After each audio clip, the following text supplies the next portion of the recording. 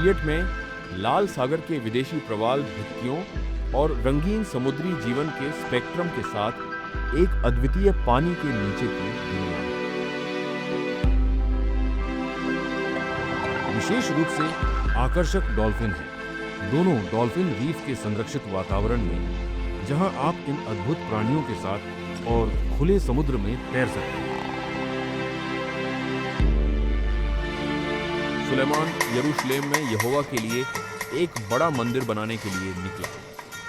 दुनिया के सबसे पुराने बंदरगाहों में से एक जाफा के बंदरगाह शहर में इस क्षेत्र के धन और कौशल को डाला। सोर के फीनीके के राजा हीराम ने सबसे अच्छी लकड़ी, लबानोन के देवदार और फर, महीन पत्थर और उच्च कुशल कारीगरों को शानदार संरचना बनाने में मदद करने के लिए भेजा, जो शुद्ध सोने में ढका हुआ था।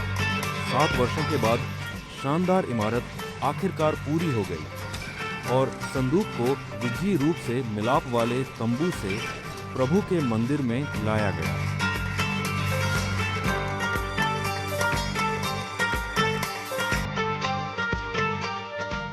इस प्रकार सुलेमान का राज्य फला फूला।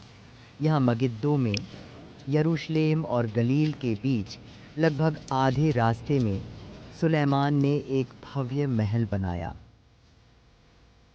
इसकी साइट रणनीतिक मार्ग को नियंत्रित करती है, जो उपजाऊ जेज़रेल घाटी के माध्यम से समुद्र से और सीरिया में दमिश्क तक चलती है।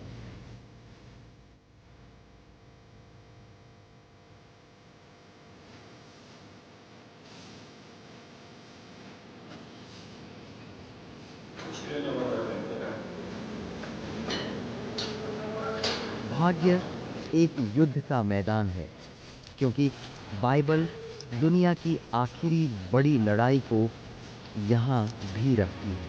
रहस्य उद्घाटन की पुस्तक हमें बताती है कि अच्छाई की ताकतें अंततः हर मगिदोन में हमेशा के लिए बुराई पर विजय प्राप्त करेंगी। और हर मगिदोन नाम इब्रानी शब्दों हर मगिद्दो की पहाड़ी से आया है।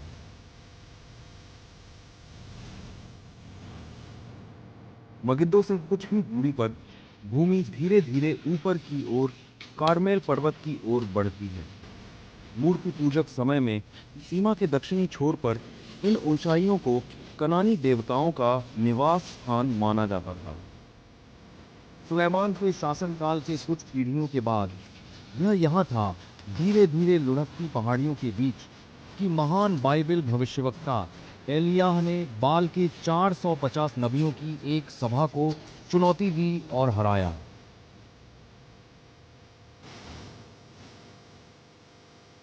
आज कार्मेलाइट मठवासी आदेश का एक चर्च उसी सुरम्य परिवेश में खड़ा है।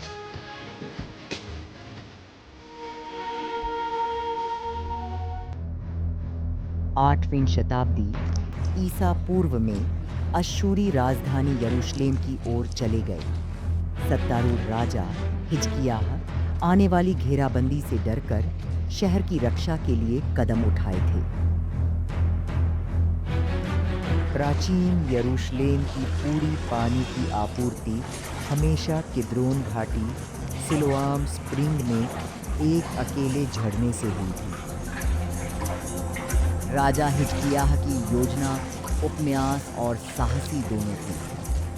उसने पुरुषों को 2 स्थानों पर रखा, एक झरने पर और दूसरा शहर की दीवारों के अंदर। दोनों टीमों ने खुदाई शुरू की। दिन रात काम करते हुए उन्होंने 1600 फीट ठोस चट्टान के माध्यम से एक चैनल काट दिया और निर्दिष्ट बिंदु पर ठीक से मिले। अविश्वसनीय घटना को चिह्नित करने के लिए दीवारों में एक शिलालेख काट दिया गया था। पानी का स्रोत अब शहर की दीवारों के भीतर सुरक्षित रूप से था। इंजीनियरिंग का यह कारनामा कैसे पूरा किया गया, यह अभी भी एक रहस्य बना हुआ है और अपने समय में यह एक पूर्ण चमत्कार प्रतीत होता है। यरूशलेम ने घेराबंदी को खत्म कर दिया। दुर्भाग्य से 120 साल बाद भी यही सच नहीं होगा। मेसोपोटामिया में एक नई शक्ति का उदय हुआ। बेबीलोन के लोग और उनका राजा नबूकदनेस्सर दुनिया को जीतने के लिए निकल पड़े। जब यहूदियों ने हठपूर्वक विरोध किया तो नबूकदनेस्सर ने यहूदिया को तबाह कर दिया और यरूशलेम को नष्ट करने के लिए अपने लोगों को भेजा। परंपरा यह मानती है कि अग्रिम सैनिकों की दृष्टि से राजा सिदकिय्याह ने इस मानव निर्मित गुफा के माध्यम से भागने की कोशिश की, जो कुछ का मानना था कि मृत सागर तक ले जाया गया था। सिदकिय्याह पकड़ा गया था और बाबुल की नदियों से ढोने के लिए अपने लोगों के साथ बंधुआई में ले जाया गया था। लेकिन बाबुल भी नहीं टिकेगा और जल्द ही यहूदी यरूशलेम की अपनी बर्बाद राजधानी और इसके एक बार शानदार मंदिर के पुनर्निर्माण के लिए लौट आए।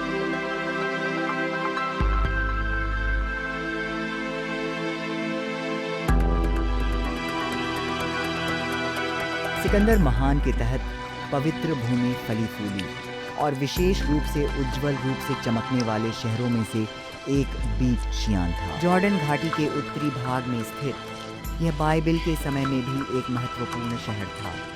फलिश्तियों द्वारा उसकी हार के बाद राजा शाऊल के क्षत विक्षत शरीर को उसकी दीवारों पर लटका दिया गया। दाऊद के अधीन शहर प्रमुखता से बढ़ा और राजा सुलेमान ने इसकी महान दीवारों का पुनर्निर्माण किया। इस समय की तारीखों और यहाँ की खुदाई से इस अवधि की खोजों और सूचनाओं का खजाना पता चला है। 333 ईसा पूर्व में सिकंदर की विजय के बाद बीट-चान का नाम बदलकर साइटोपोलिस कर दिया गया और डेकापोलिस नामक 10 शहरों की एक लीग के हिस्से के रूप में यह हेलेनिस्टिक संस्कृति का एक महत्वपूर्ण केंद्र बन गया। बीट शियान के कई बेहतरीन मोज़ाइक और इसके प्रभावशाली थिएटर यीशु के समय के लगभग 200 साल बाद बनाए गए और 5000 से अधिक दर्शकों के बैठने के लिए इस बात का प्रमाण है कि शहर कितना समृद्ध हुआ। 749 बीट में शियान भूकंप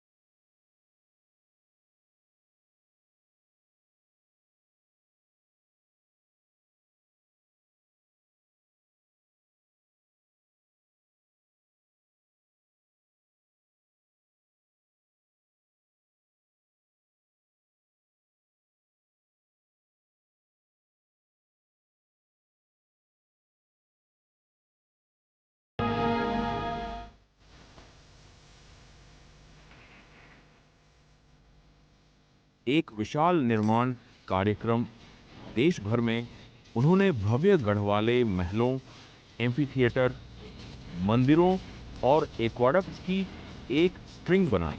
उनकी सबसे बड़ी परियोजना कैसरिया का निर्माण था, जो इस साइट पर एक पूरी तरह से नया बंदरगाह शहर था।